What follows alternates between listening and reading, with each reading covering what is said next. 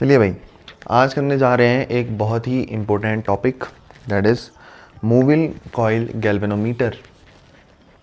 यानी कि आज हमें गैल्वेनोमीटर के बारे में पढ़ना है, और गैल्वेनोमीटर भी कैसा है, मूविंग कॉइल गैल्वेनोमीटर है। ऐसा गैल्वेनोमीटर जिसमें एक कॉइल मूव करेगा और तब वो आपको बताएगा कि हमारा जो सर्किट है उसमें इलेक्ट्रिक करंट प्रेजेंट है या नहीं है। सबसे पहले तो आप ये समझो, टॉपिक का नाम है मूविंग कॉइल गैल्वेनोमीटर, ठीक है। थोड़ा सा आपका टाइम बचे और मैं यहाँ एक्सप्लेनेशन में ज़्यादा टाइम लगा पाऊँ, इसलिए डायग्राम पहले से बना के लाया हूँ। वरना ये डायग्राम अगर मैं यहाँ पर बनाने बैठूँ तो मुझे आराम से 5 से 10 मिनट लगेंगे। अगर आप पहली बार बना रहे हैं तो आराम से आप सीखो, 10 मिनट 20 मिनट 30 मिनट लगाओ डायग्राम बनाने में, है ना। इसलिए मैं पहले से ही इसको बना के लाया हूँ ताकि मैं एक्सप्लेन करने में जो है पूरा टाइम दे सकूँ, ज़रा सा भी टाइम यहाँ पर ड्राइंग में वेस्ट ना हो फिगर बनाने में, है ना। क्योंकि मेन चीज़ है इस टॉपिक में एक्सप्लेनेशन। तो मेरी बातों को आप ध्यान से सुनिएगा। सबसे पहले मूविंग कॉइल गैल्वेनोमीटर में हमको ये पता होना चाहिए गैल्वेनोमीटर होता क्या है। सर ये लगभग मोस्ट ऑफ द स्टूडेंट्स जानेंगे कि galvanometer is a device used to detect current in electric circuit या इलेक्ट्रिकल सर्किट। इलेक्ट्रिकल सर्किट में करंट फ्लो कर रहा है या नहीं कर रहा है, ये पता करने के लिए हम गैल्वेनोमीटर का यूज़ करते हैं। फॉर एग्जाम्पल, इलेक्ट्रिकल सर्किट आप भूल जाइए, आप मानिए आपके पास एक तार है। अब उस तार में आपको पता करना है कि करंट फ्लो कर रहा है या नहीं कर रहा है। आपने मीटर से वो तार जोड़ा है, लेकिन आपका आगे बल्ब नहीं चल रहा है, आपको चेक करना है मेरे तार में करंट है या नहीं है। तो आप क्या करोगे, गैल्वेनोमीटर को उस तार में कनेक्ट करोगे। गैल्वेनोमीटर को जब आप उस तार में कनेक्ट करोगे तो गैल्वेनोमीटर की जो सुई है वो छोटा सा डिफ्लेक्शन दिखाएगी। क्या दिखाएगी? छोटा सा डिफ्लेक्शन दिखाएगी। तो आपको पता चल जाएगा कि इस तार में करंट है। एक्चुअली होता क्या है, ज़रा मेरी बात को ध्यान से देखना। एक गैल्वेनोमीटर कुछ इस तरीके से हम यहाँ पर दिखा रहे हैं। मैं आपको पूरा इसका विजुअलाइजेशन दिखाऊंगा, इवन दो यहाँ पर मेरे पास स्मार्ट बोर्ड नहीं है, बट फिर भी मैं आपको यहाँ पर जो मेरी वीडियो है मैं उसमें बीच में आपको पीआईपी या वीडियो लगा के ज़रूर दिखाऊंगा कि गैल्वेनोमीटर कैसा है। उसकी आपको टेंशन नहीं लेनी। गैल्वेनोमीटर में जब करंट फ्लो नहीं कर रहा है तो सुई जो है बीच में होती है स्ट्रेट जीरो में, और फिर इधर पर अलग अलग वैल्यूज़ होती हैं, जैसे 20 milli ampere, 40 milli ampere, 60 milli ampere या माइक्रो एम्पेयर, ऐसे छोटी छोटी वैल्यूज़। क्योंकि करंट जब हम पता कर रहे हैं, डिटेक्ट कर रहे हैं कि ज़्यादा है नहीं है ना, इसका मतलब करंट फ्लो तो कर रहे हैं, बहुत ही कम अमाउंट में कर रहा होगा, जैसे छोटे अमाउंट ऑफ करंट को ही ज़्यादातर डिटेक्ट करता है। तो मान लो अगर करंट वायर में, ये वायर है अपना, मान लो अगर करंट वायर में इस तरफ को फ्लो कर रहा है, आई की डायरेक्शन ऐसी है, तो ये जो गैल्वेनोमीटर की सुई है ये इधर को डिफ्लेक्ट हो जाएगी। और अगर करंट मान लो इधर को फ्लो नहीं कर रहा है, करंट इधर को फ्लो कर रहा है, तो गैल्वेनोमीटर की जो सुई है वो इधर ना रह के कहाँ को, इधर को शिफ्ट हो जाएगी। जब करंट फ्लो नहीं कर रहा है तो गैल्वेनोमीटर की सुई बीच में रहेगी। आपने वायर से कनेक्ट कर लिया गैल्वेनोमीटर को। मान लो करंट इधर को फ्लो कर रहा है, इस साइड को फ्लो कर रहा है, तो सुई इस तरफ को डिफ्लेक्ट होगी। मान लो करंट इस तरफ को फ्लो कर रहा है तो सुई इस तरफ को डिफ्लेक्ट होगी। इस तरीके से कुछ अपना गैल्वेनोमीटर काम करता है। इस तरीके से अपना गैल्वेनोमीटर काम करता है, ठीक है। तो आपको ये पता चल गया। तो गैल्वेनोमीटर से हम क्या करते हैं सर, डिटेक्ट करते हैं किसी भी इलेक्ट्रिकल सर्किट में करंट फ्लो कर रहा है या नहीं कर रहा है, और अगर कर रहा है तो कितना कर रहा है, ठीक है। ये खाली समझाने के लिए था, आपका सिलेबस से इसका कोई नाता नहीं है। तो इतना आपने समझ लिया है। अब इस गैल्वेनोमीटर में क्या है, एक कॉइल है जो कि मूव करेगा, जिससे ये गैल्वेनोमीटर काम करेगा। तो इस टाइप के जो गैल्वेनोमीटर होते हैं उनको हम मूविंग कॉइल गैल्वेनोमीटर कहते हैं। गैल्वेनोमीटर बहुत टाइप के हो सकते हैं ना, हम जो पढ़ रहे हैं वो है मूविंग कॉइल गैल्वेनोमीटर। इसमें मैं लगा रहा हूँ 5 स्टार, क्योंकि ये बहुत ही इंपॉर्टेंट टॉपिक है रिगार्डिंग आप किसी भी चीज़ को देख लो। मूविंग कॉइल गैल्वेनोमीटर मतलब कॉइल लगी है गैल्वेनोमीटर में जो मूव कर रही है, जिससे गैल्वेनोमीटर हमें बता रहा है कि करंट है या नहीं है, ठीक है। करंट इधर को जा रहा है तो कॉइल उसको इधर को रोटेट कर देगी, करंट इधर को जा रहा है तो कॉइल उसको इधर को रोटेट कर देगी। इस तरीके से चीज़ें चलती हैं। सबसे पहले मेरे साथ आप इसके प्रिंसिपल पे आइए। इसका प्रिंसिपल यानी कि सिद्धांत क्या कहता है, किस चीज़ पे ये बेस्ड है। अगर आपने पहले के लेक्चर्स इसमें अटेंड करें हैं तो आपको ये ज़रूर पता होगा कि गैल्वेनोमीटर का जो प्रिंसिपल है वो प्रिंसिपल क्या होता है, टॉर्क पे बेस्ड है। जब भी आप देखो, when a current carrying coil placed in a magnetic field experience current dependent torque। देखो जरा है क्या यहाँ पर, बात क्या है। हमने अभी यहाँ पर टॉर्क का फॉर्मूला पढ़ा था, tau equals to M B sine theta. जहाँ पर m की वैल्यू होती है NIA के बराबर। ये आपको पता होना चाहिए, ठीक है। ये इससे जस्ट पहले वाला टॉपिक है, नहीं पता है तो अभी ध्यान में रख लो, है ना। इसके पहले वाला टॉपिक फिर कवर कर लेना। तो यहाँ से टाउ की वैल्यू क्या आ जाएगी, अगर m को आप पुट कर देते हो तो NIAB साइन थीटा। थीटा किसके बीच का एंगल होता है, A यानी कि एरिया वेक्टर और B यानी कि मैग्नेटिक फील्ड के बीच का। तो tau equal to NIAB sine theta. ये टॉर्क लगता है। टॉर्क क्या होता है, रोटेटिंग फोर्स होती है। टॉर्क करता क्या है, जरा मैं आपको बताऊं। जैसे अगर मेरे पास एक कॉपी है, ये ऐसे रखी है, तो टॉर्क लग रहा है, मतलब दोनों साइड लगेगा, एक टॉर्क इधर को, एक टॉर्क इधर को। तो ये इस तरीके से रोटेट करने लग जाएगी कॉपी। तो मैं कहूँगा कि इस कॉपी पे टॉर्क लग रहा है। तो रोटेटिंग फोर्स जो है वही टॉर्क है। जैसे पंखे में भी टॉर्क लगता है हमारे, है ना, पंखे में भी हमारे टॉर्क लगता है। तो वही चीज़ हमने यहाँ पर देखनी है थोड़ा सा, ठीक है। अच्छा,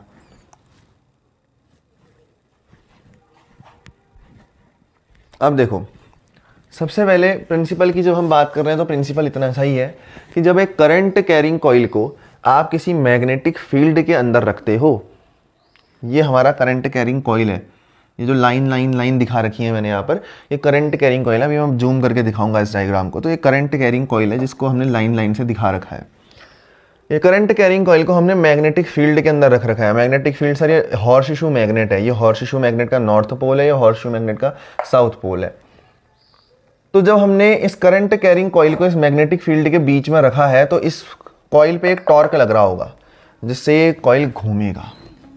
जिससे कॉइल क्या होगा मेरे भाई, घूमेगा। और एक कॉइल अगर घूमेगा तो हमें बताएगा कि इलेक्ट्रिसिटी इसमें है या नहीं है, ठीक है। वायर के पास जब आप ले जाओगे तो इसको, ऑब्वियस सी बात है। तो टाउ का फॉर्मूला आपको पता है, ठीक है, मैंने अभी आपको बता दिया। यही इसका प्रिंसिपल है कि जब भी आप एक किसी करंट वाले कॉइल को, कॉइल मतलब क्या होता है सर, इस तरीके से आपने, ये सर्कुलर कॉइल है ना, बड़ा सा घेरा बना दिया आपने, सर्कल सर्कल। ये रेक्टेंगुलर कॉइल है, रेक्टेंगल रेक्टेंगल रेक्टेंगल रेक्टेंगल बनाते गए, इस तरीके से ये करंट इनमें डाल दिया तो ये करंट कैरिंग कॉइल कहलाएंगे। जब आपने इनको रखा है किसी मैग्नेटिक फील्ड में तो एक टॉर्क एक्सपीरियंस करते हैं। इस टॉर्क की वजह से ये कॉइल जो है इट टेंड्स टू रोटेट। ये कॉइल क्या होने लग जाता है, रोटेट होने लग जाता है और एंगुलर डिफ्लेक्शन प्रोड्यूस करता है। क्या प्रोड्यूस करता है भाई, एंगुलर डिफ्लेक्शन प्रोड्यूस करता है। एंगुलर डिफ्लेक्शन मतलब डिफ्लेक्ट होगा, कितना डिफ्लेक्ट होगा, एंगल के जितना, एक पर्टिकुलर एंगल में डिफ्लेक्ट होगा। मतलब मैंने अभी बताया ना, यहाँ पर अब ना सुई है, अगर इधर को करंट जा रहा है तो थोड़ा सा इधर को डिफ्लेक्ट हो जाएगा एक एंगल से, इधर को करंट जा रहा है तो इधर को डिफ्लेक्ट हो जाएगा एक एंगल से, ऐसा थोड़ी पूरा ही घूम जाएगा वो। तो इसको बोलते हैं एंगुलर डिफ्लेक्शन। अब ज़रा मेरी बातों को यहाँ पर देखना इस फिगर में, ठीक है, थोड़ा जूम इन कर लेते हैं हम। वैसे तो ये जो फिगर है काफ़ी अच्छी तरीके से विजिबल है, ठीक है, फिर भी ठीक है।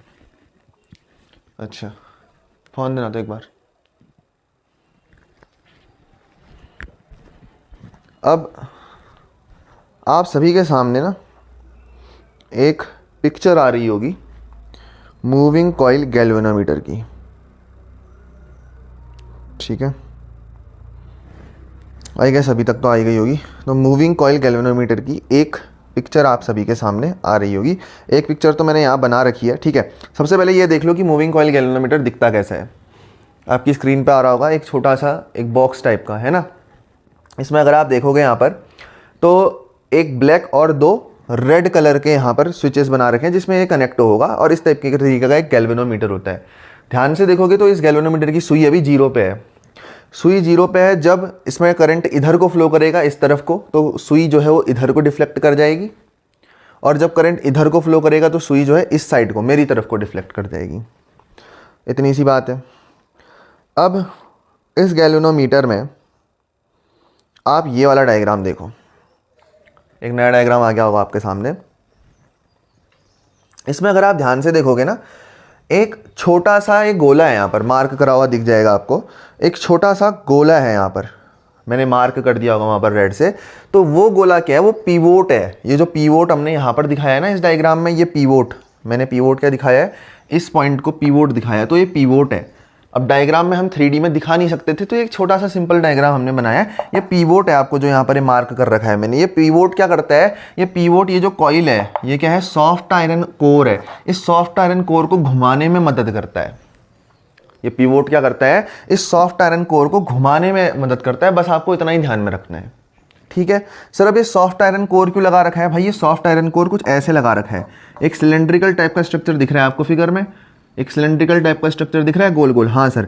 तो वो सॉफ्ट आयरन कोर उसी का बना है, और उसके अंदर जो आपको ऐसे पतली पतली लाइन यहाँ पर दिख रही है, वो वहाँ पर आप अगर देखोगे ध्यान से तो कॉइल आपको उस सिलेंड्रिकल वायर के अंदर दिख रहा होगा, इस सॉफ्ट आयरन कोर के।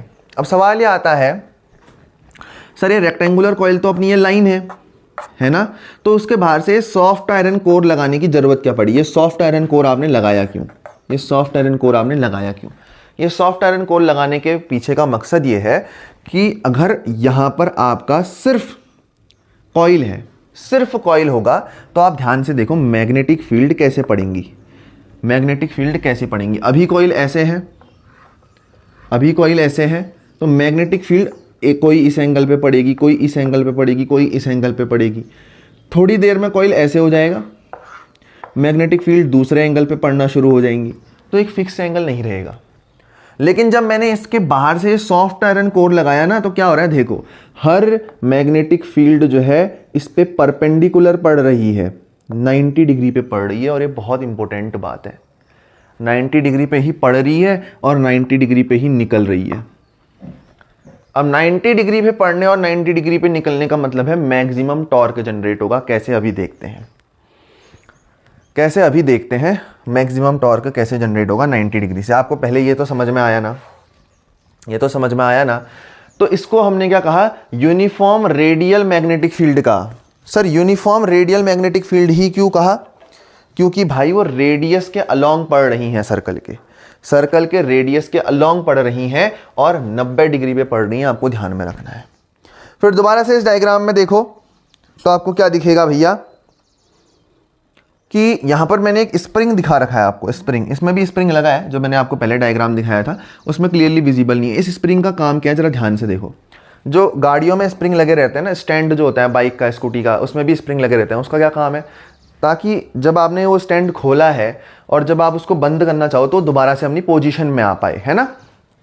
तो इस स्प्रिंग का काम क्या है कि जब ये गैल्वेनोमीटर की सुई घूम गई, मान लो इधर को डिफ्लेक्ट हुई या फिर इधर को डिफ्लेक्ट हुई, थोड़ा सा इधर को डिफ्लेक्ट हुई या फिर इधर को डिफ्लेक्ट हुई, तो जब हमने इसको वायर से हटा दिया, जब वायर में कनेक्ट करा है तो सुई डिफ्लेक्ट हुई, लेकिन जब वायर से गैल्वेनोमीटर को हटा दिया है तो ये सुई अपनी पोजीशन में वापस आ पाए। इसीलिए हम यहाँ पर इस स्प्रिंग को लगाते हैं। तो मैंने आपको सबका काम बता दिया। ये नॉर्थ और साउथ पोल हैं हॉर्स-शू मैग्नेट के, जिससे मैग्नेटिक फील्ड इस सॉफ्ट आयरन कोर पे परपेंडिकुलर पड़ रही हैं। ये सॉफ्ट आयरन कोर लगाया ही इसलिए है ताकि मैग्नेटिक फील्ड जो आ रही है, यूनिफॉर्म मैग्नेटिक फील्ड, ये परपेंडिकुलर पड़े और रेडियली पड़े। रेडियली पड़ने का मतलब है सर्कल के रेडियस के अलॉन्ग पड़े। और यहाँ पर अगर आप अंदर देखोगे तो हमने एक कॉइल लगा रखा है, इस कॉइल को घुमाने में हेल्प कर रहा है ये पीवोट, और ये पीवोट इस कॉइल को घुमाने में तो हेल्प कर ही रहा है, साथ में एक स्प्रिंग यहाँ पर अटैच है, ताकि जब हम इस गैल्वेनोमीटर को दूर करें वायर से तो ये दोबारा इस गैल्वेनोमीटर की सुई को 0 पे ला पाए। ठीक है, इतना सा फंक्शनिंग इसकी आपको समझने की ज़रूरत थी। चलिए भैया, अब थोड़ा सा मैं आपको इसके कंस्ट्रक्शन के बारे में बता दूं कि हमने कंस्ट्रक्शन करा क्या है, किस तरीके से करा है। बहुत ज़्यादा लिखा के आपका टाइम वेस्ट नहीं करूँगा, काम की बातें आपको बताऊँगा, ठीक है, और आगे हम चल देंगे। चलिए,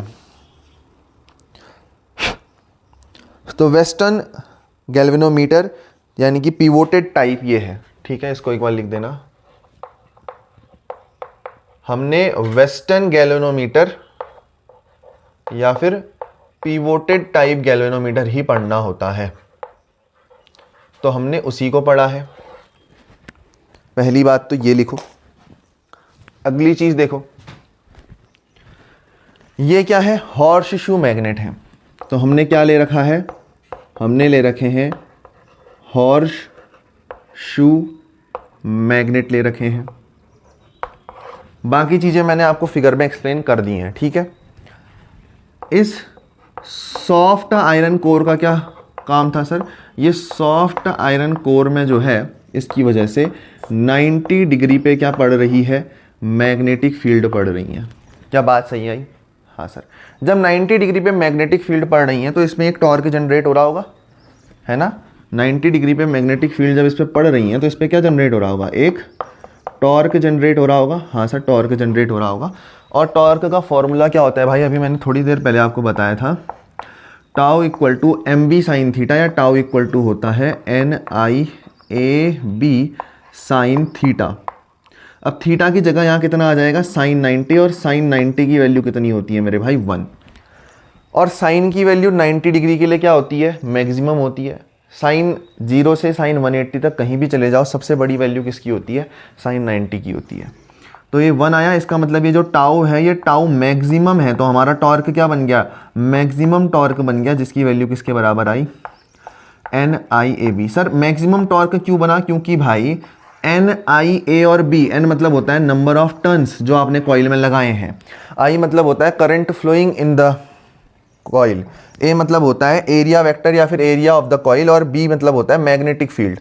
ये सारी चीज़ें तो कांस्टेंट है, डिपेंड किस पे कर रहा है? एंगल पे कर रहा है। जब हमने एंगल मैक्सिमम कर लिया, एंगल साइन 90 कर लिया, तो इसका सीधा सा मतलब क्या हुआ? इसका सीधा सा मतलब ये होता है मेरे भाई कि हमने मैक्सिमम टॉर्क को अप्लाई कर दिया है, कि हमने मैक्सिमम टॉर्क को अप्लाई कर दिया है। ठीक है, तो इतनी सी ये बातें हैं, एक बार आप देख लीजिए बड़े अच्छे ढंग से। प्रिंसिपल क्या है भैया? जब आप किसी कॉइल को, है ना, करंट कैरिंग कॉइल को एक मैग्नेटिक फील्ड में रखते हैं तो उसमें एक टॉर्क लगता है जिसकी वजह से वो रोटेट होता है। ठीक है सर। उसके बाद अगर आप देखो तो हमने यहाँ पर एक हॉर्सशू मैग्नेट लिया, पीवोट जो है इस सॉफ्ट आयरन कोर को घुमाने में हेल्प करता है, और स्प्रिंग इसको रिस्टोर करने में हेल्प करता है, रिस्टोरिंग फोर्स लगाता है। स्प्रिंग का काम क्या है? यहाँ पर रिस्टोरिंग फोर्स को लगाना, रिस्टोरिंग फोर्स को लगाना। ठीक है, और यूनिफॉर्म मैग्नेटिक फील्ड इस पे पड़ेंगी और 90 डिग्री पे पड़ेंगी, इसलिए सॉफ्ट आयरन कोर लगाया है हमने, और उसके अंदर क्या रख दिया है? अपना करंट कैरिंग कॉइल रख दिया है, बहुत ही शानदार तरीके से। तो यही है अपना मूविंग कॉइल गैल्वेनोमीटर भाई। ठीक है, बहुत बढ़िया सा ये डायग्राम है, शानदार तरीके का, इसको बड़े अच्छे से बनाना। अब लास्ट और फाइनल चीज़ पड़ी है भाई, लास्ट और फाइनल चीज़ पड़ी है। देखो ये एंगल 90 कैसे आया, जरा एक चीज़ समझना है यहाँ पर, बहुत लोगों को इसमें कन्फ्यूजन होगा, मैं उसको बताना चाह रहा हूँ, तो मैं इसको मिटा देता हूँ। ठीक है, कंस्ट्रक्शन वाला पार्ट आई होप सो आपने लिख लिया होगा। ज़रा ध्यान से अगर आप देखोगे ना, यहाँ पर जो टाउ की वैल्यू होती है, N I A B sine theta या एम बी साइन थीटा लिखो, एक ही बात है। यहाँ पर जो ये थीटा है ये होता है angle between A vector, area vector and B vector. तो एक्चुअली हो क्या रहा है, यहाँ पर आप अगर देखोगे तो इसका एरिया वेक्टर कैसे जाएगा? इससे परपेंडिकुलर जाता है, किसी भी सरफेस का एरिया वेक्टर उसके परपेंडिकुलर निकलता है। और जब मैग्नेटिक फील्ड सर्कल हम बना रहे हैं तो मैग्नेटिक फील्ड भी परपेंडिकुलर आ रही है, उसका एरिया वेक्टर भी उससे परपेंडिकुलर निकल रहा है, तो एंगल 90 डिग्री का बन रहा है। तो इस सॉफ्ट आयरन कोर की मदद से क्या हो रहा है कि angle between A vector and B vector कितना बन जा रहा है? 90 डिग्री बन जा रहा है। इसीलिए हम कह रहे हैं कि यहाँ पर टाउ की जो वैल्यू है वो मैक्सिमम है। इतनी सी बात है यहाँ पर बस। ठीक है, चलो फिर अब आगे बढ़ते हैं। हाँ जी, so it has been a long time जब मैंने ये जो वीडियो है मूविंग कॉइल गैल्वेनोमीटर, इसका पहला पार्ट रिकॉर्ड कर दिया था, एंड फाइनली मैं इसकी वर्किंग को रिकॉर्ड करने वाला पार्ट जो है वो छोटा सा एक पार्ट वो रह गया था, तो आज फाइनली मैं उसको पूरा कर रहा हूँ और ये वीडियो आपको यहाँ पर प्रोवाइड हो रही होगी। ठीक है, तो चलिए फिर शुरू करते हैं। ठीक है, बिना किसी देरी के। चलिए, एक लास्ट पार्ट मेरे पास बचा था आपका, किसका सर? मूविंग कॉइल गैल्वेनोमीटर का। सर प्रिंसिपल किस पे बेस्ड है कि जब भी आप किसी एक करंट कैरिंग कॉइल को मैग्नेटिक फील्ड में रखते हो तो एक टॉर्क को एक्सपीरियंस करता है, यही इसका प्रिंसिपल है, सिंपल सा। ठीक है, जस्ट अ मिनट, मेरे मार्कर कहाँ हैं? Where are my markers? चलिए, एक मिल गया है मेरे को, इससे काम चल जाएगा अपना। मैं आपको लास्ट में समझाने जा रहा हूँ वर्किंग में मेरे को ज़्यादा टाइम लगेगा नहीं, आप ध्यान से देखना। देखो वर्किंग क्या है, पहली कंडीशन, पहली चीज़ वर्किंग में आपको लिखना है कि जब भी आप किसी करंट कैरिंग कॉइल को मैग्नेटिक फील्ड में रखते हो तो इसमें एक टॉर्क लगेगा। ऐसा आप लिखोगे, when a current carrying coil is placed in a magnetic field then it experiences a torque which is equals to tau is equals to M B sine theta. Now have a look at here कि यहाँ पर आपके sine theta कितना बन गया है? यहाँ पर आपका थीटा जो है वो 90 डिग्री बन गया है। हम बहुत देर से डिस्कस करते आ रहे हैं कि यहाँ पर एंगल जो है वो 90 डिग्री बन गया है। तो tau equals to M into B, tau यहाँ पर एम बी बन गया है। अब देखो आपको पता है एम जो होता है मैग्नेटिक डाइपोल मोमेंट, उसकी वैल्यू होती है एन आई ए के बराबर, तो इसकी जगह एन आई ए रख दो। तो यहाँ से क्या पता चला, tau equals to N I A B, यानी कि ये टाउ अब टाउ नहीं रहा है, टाउ मैक्स की कंडीशन बन चुकी है। अब भी थोड़ी देर पहले डिस्कस करा है यार, ये आपकी इक्वेशन नंबर 1 है, पॉइंट नंबर 1 की इक्वेशन नंबर 1 बनी। ठीक है, अब आपको अगर ध्यान है तो हमने यहाँ पर एक स्प्रिंग को यूज़ कर रखा है, तो जब भी करंट आपका कॉइल से हटेगा तो ये स्प्रिंग एक रीस्टोरिंग फोर्स को अप्लाई करेगा, रीस्टोरिंग टॉर्क को अप्लाई करेगा, और जो रीस्टोरिंग टॉर्क होता है उसको लिखते हैं टाउ रीस्टोरिंग, टाउ रीस्टोरिंग। ये जो टाउ रीस्टोरिंग होता है ये किसके बराबर होता है, ये जो टाउ रीस्टोरिंग है ना, ये वैसे तो डायरेक्टली प्रोपोर्शनल है अल्फा के, किसके प्रोपोर्शनल है, अल्फा के प्रोपोर्शनल है, लेकिन जब आप यहाँ से प्रोपोर्शनलिटी का साइन हटाते हो तो टाउ इक्वल टू आता है के अल्फा, टाउ इक्वल टू क्या आता है, के अल्फा, जहाँ पर के को टॉर्सिनल कांस्टेंट बोला जाता है। क्या बोला जाता है, K is called as torsional constant, K क्या है, टॉर्सिनल कांस्टेंट है। आपकी वर्किंग पूरी हुई। इक्वेशन नंबर 1 और इक्वेशन नंबर 2 आपको मिल चुकी है, आप देख लो। पहला आपका tau equal to M B sine theta, यानी कि टाउ मैक्स यहाँ पर लगता है ना, ये भी पहले भी डिस्कस कर चुके हैं। दूसरा, स्प्रिंग को यूज़ कर रहे हो तो स्प्रिंग रीस्टोरिंग फोर्स अप्लाई करेगा, टाउ जो कि डायरेक्टली प्रोपोर्शनल होती है डिफ्लेक्शन प्रोड्यूस्ड के। ये अल्फा क्या है, जितना डिफ्लेक्शन आपकी गैल्वेनोमीटर में प्रोड्यूस हो रहा है, तो ये टाउ इक्वल टू एक कॉन्स्टेंट लगता है के अल्फा। ये के जो है कॉन्स्टेंट, इसको टॉर्सिनल कॉन्स्टेंट यहाँ पे बोला जाता है। अब अगर आप ध्यान से मेरी बात को सुनो तो मैं आपको एक और चीज़ बताता हूँ कि जो मूविंग कॉइल गैल्वेनोमीटर होता है ना, इसमें हम जो स्प्रिंग बनाते हैं वो स्प्रिंग फॉस्फोर ब्रॉन्ज की बनती है। किसकी बनती है, फॉस्फोर ब्रॉन्ज की आपकी स्प्रिंग बनती है, क्योंकि फॉस्फोर ब्रॉन्ज के लिए के की वैल्यू बहुत कम होती है। तो के की वैल्यू जितनी कम होगी ना, उतना ज़्यादा डिफ्लेक्शन प्रोड्यूस होता है। ये आपको कहीं पर नोट करके लिख लेना है। के की वैल्यू जितनी कम हुई उतना ज़्यादा डिफ्लेक्शन कैसे प्रोड्यूस होता है वो हम जस्ट देखने वाले हैं, पहले आप इसको नोट करें। चलिए थोड़ा सा आगे बढ़ते हैं, टाइम इसमें वेस्ट करेंगे नहीं हम ज़्यादा। आपको 2 इक्वेशन मिल चुकी है, मैं सीधे सीधे लिखूंगा from equation number 1 and equation number 2। देखो भले ही दोनों टॉर्क एक मैक्स है, टाउ मैक्स कंडीशन, एक टाउ रिस्टोरिंग की, लेकिन दोनों है तो टॉर्क और लग भी कॉइल पे रहे हैं, यानी कि अगर इन दोनों का LHS बराबर है तो इनका RHS भी बराबर होगा। तो मैं कह सकता हूँ NIAB की जो वैल्यू है वो के अल्फा के बराबर है। NIAB की जो वैल्यू है वो किसके बराबर है भाई, के अल्फा के बराबर है। और यही आपको जानने की ज़रूरत थी। यहाँ से आप अपना डिफ्लेक्शन एंगल अल्फा निकाल सकते हो, जो कि किसके बराबर आएगा, NIAB अपॉन के बराबर आएगा। तो भाई देखो कितना ज़्यादा डिफ्लेक्शन प्रोड्यूस होगा जितना छोटा के होगा। तो यहाँ से क्या पता चला, alpha is inversely proportional to K जितना बड़ा अल्फा उतना छोटा, के जितना छोटा अल्फा उतना बड़ा। क्या बात क्लियर है? हाँ सर। अब यहाँ पर 2 चीज़ें आपसे पूछता है, current sensitivity end voltage sensitivity, मतलब कितने करंट पे अपना वोल्टमीटर कितना सेंसिटिव है, कि मतलब करंट के लगाते ही, करंट को कॉइल में पास कराते ही कितना डिफ्लेक्शन वो शो करेगा, छोटे से करंट को पास कराने में ही वो कितना डिफ्लेक्शन शो करेगा, उसको करंट सेंसिटिविटी बोलते हैं। और वैसी प्रकार से हल्की सी वोल्टेज पास कराने पे गैल्वेनोमीटर कितना डिफ्लेक्शन शो करेगा, उसको वोल्टेज सेंसिटिविटी बोलते हैं। करंट सेंसिटिविटी होता है deflection produced alpha upon I, voltage sensitivity होता है deflection produced alpha upon V. अब देखो अल्फा की वैल्यू तो आपको पता चल गई, यहाँ से NIAB अपॉन के तो रख दो, अल्फा है NIAB अपॉन के, नीचे एक आई पहले से है तो ये आई से आई कट जाएगा, तो IS करंट सेंसिटिविटी आती है NAB NAB अपॉन के। ठीक है, वोल्टेज सेंसिटिविटी भी NAB अपॉन के ही आएगी, बस इसमें एक एक्स्ट्रा टर्म डिनोमिनेटर में इंक्लूड जाती है R। देखो कैसे, अब आपको पता है V इक्वल टू क्या होता है, IR होता है, ये आप सब जानते हैं। ठीक है सर, तो voltage sensitivity equal to alpha की जगह क्या रख दो, NIAB अपॉन के, क्या रख दो, NIAB अपॉन के, और V की जगह IR रख दो, क्या रख दो, IR रख दो। I से I कट जाएगा, voltage sensitivity VS equal to NAB NAB upon K. देखो NAB अपॉन के ऊपर भी था, NAB अपॉन के यहाँ भी आया, बस यहाँ एक एक्स्ट्रा टर्म इंक्लूड हो गई, that is R। NAB upon K current sensitivity भी है, NAB upon K voltage sensitivity भी है, बस वोल्टेज सेंसिटिविटी में एक एक्स्ट्रा टर्म डिनोमिनेटर में ऐड हो गई जो कि है R। अगर मैं रिलेशन लिखना चाहूँ तो क्या ऐसा लिख सकता हूँ, देखो वोल्टेज सेंसिटिविटी किसके बराबर है, NAB अपॉन के इंटू 1/r, ऐसा लिख सकता हूँ, इसको लिख सकता हूँ।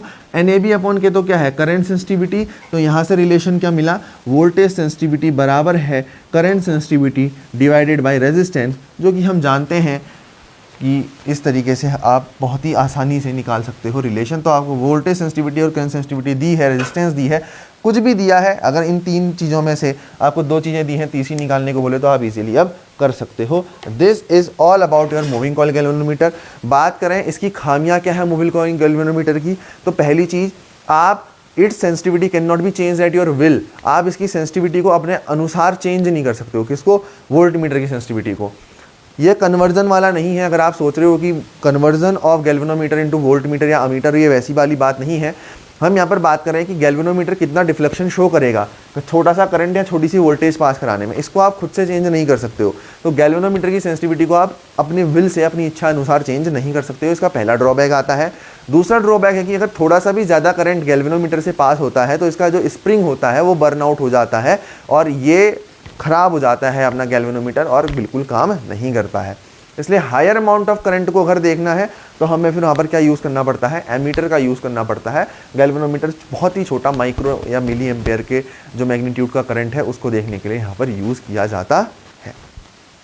ठीक है, इतनी सी बातें यहाँ पर थी। कुछ और अच्छे क्वेश्चंस मैं आपको बता सकता हूँ। देखो, एक क्वेश्चन मैं आपको बताता हूँ, बहुत अच्छा और रेयर क्वेश्चन है, शायद ना पूछे जाए, बहुत ही कम पूछा जाए, बट फिर भी हम अगर देखना चाहूँ तो मैं आपको बता देता हूँ। एक figure of merit of galvanometer, आपसे एक क्वेश्चन पूछा जाता है जो, या पूछा जा सकता है, वो है figure of merit of galvanometer. इससे ज़्यादा कुछ नहीं पूछेगा अतरंगी।